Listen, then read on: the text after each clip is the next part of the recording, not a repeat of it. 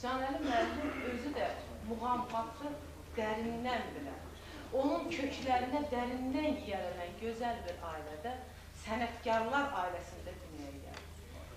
Canəli müəllimin babası Kərbəlayı Ağa Məhəmməd, özünün də musiqi sənəti olub, musiqi istedadı olub, gözəl oxuyanlardan biri olub və sanki bunda bu musiqiyə olan böyük maraq, muğamata olan böyük həvəs onun oğlu Xanəli Əkbərova keçir. Məhz Xanəli Əkbərovdan Canəli Əkbərov muğamın sirlərini, onun dərinliklərini, onun incəliklərini, onun çalarlarını öyrənir.